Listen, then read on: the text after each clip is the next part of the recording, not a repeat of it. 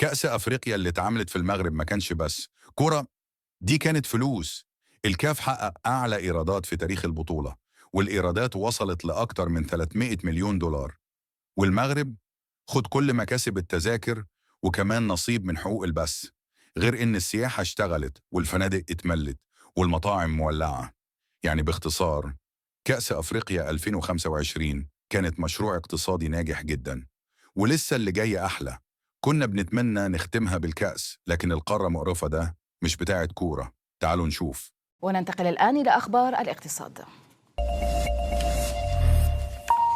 أخبار الاقتصاد مع وسيم الدالي. أهلا بك وسيم. رشيدة. وسيم، في البداية منظمة أوكسفام تؤكد أن ثروة أصحاب المليارات بلغت ذروة جديدة في ظل تزايد نفوذهم في العالم. نعم رشيدة، في تقرير صدر بالتزامن مع انطلاق أعمال المنتدى الاقتصادي العالمي في دافوس، قالت منظمة أوكسفام لمكافحة الفقر إن ثروات أصحاب المليارات ارتفعت في عام 2025 بنسبة تعادل 3 أضعاف وتيرتها الأخيرة، مسجلة زيادة بنحو 16% خلال عام واحد لتبلغ أعلى مستوى لها على الإطلاق. لنستمع الآن إلى المدير التنفيذي للمنظمة.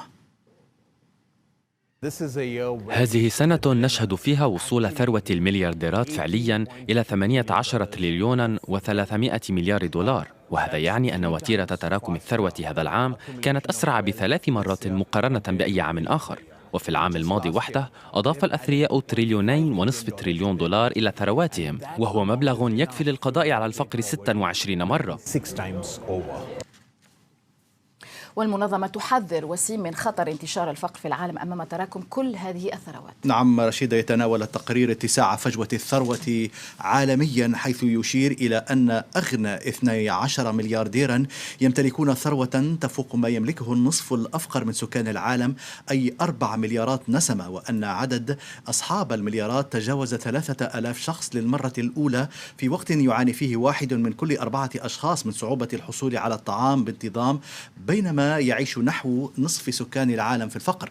وتشير دراسة أوكسفام إلى أن تضخم الثروات يمنح الأثرياء نفوذا سياسيا وإعلاميا واسعا، إذ ترتفع فرص وصول المليارديرات إلى المناصب السياسية بمعدل يفوق المواطنين العاديين بنحو 4000 مرة. كما يربط التقرير ارتفاع ثروات أصحاب المليارات بسياسات ترامب الداعمة للأثرياء وارتفاع تقييمات شركات الذكاء الاصطناعي، فيما دعت أوكسفام إلى فرض ضرائب على الثروات الكبرى ومنع الأثرياء من تمويل الحملات السياسية.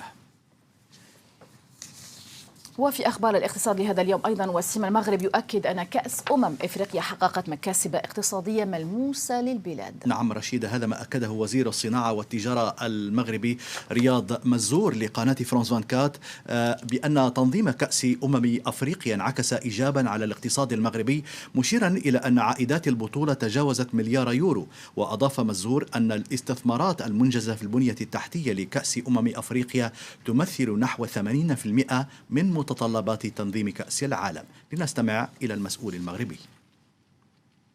انعكاس في المؤشرات الأولية جد إيجابي. كما تعرف المغرب استثمر تقريبا شوية أكثر من مليار أورو لتنظيم هذه التظاهرة، والعائدات تفوق المليار أورو، العائدات المباشرة بالنسبة للزوار وللسياحة ولعدد من الاستهلاك اللي عرفنا، تطور الاستهلاك اللي عرفناه خلال هذه الفترة.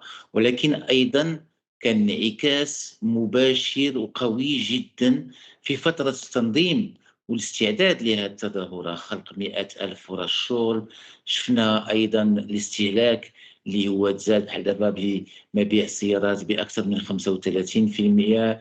الاستهلاك خلال الفترة اللي فاق 25%. الاستثمارات اللي داروا لتنظيم هذه كأس إفريقيا هما 80% من الاستثمارات اللي المغرب محتاجها في المجال الرياضي لتنظيم كأس العالم. نجاح اقتصادي مهم واستثمار للمستقبل بالنسبة لكل المغاربة. الصين وسيم تكشف عن نسبة نموها الاقتصادي للعام الماضي. نعم، الصين سجلت نموا اقتصاديا بنسبة 5% في عام 2025 مع تباطؤ إلى 4.5% في الربع الأخير، وهو أحد أضعف معدلات النمو منذ عقود، لكنه يزيد قليلا عن توقعات المحللين ويتماشى مع هدف النمو السنوي للحكومة.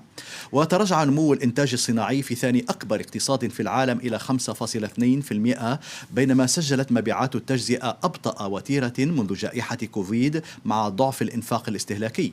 أما أزمة قطاع العقارات فلا تزال مستمرة، إذ انخفض الاستثمار العقاري بنسبة 17.2%، كما تراجعت استثمارات الأصول الثابتة بنسبة 3.8%.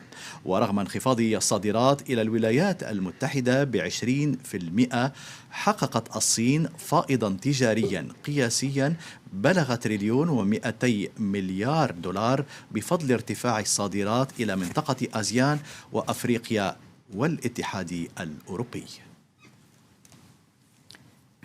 شكرا لك.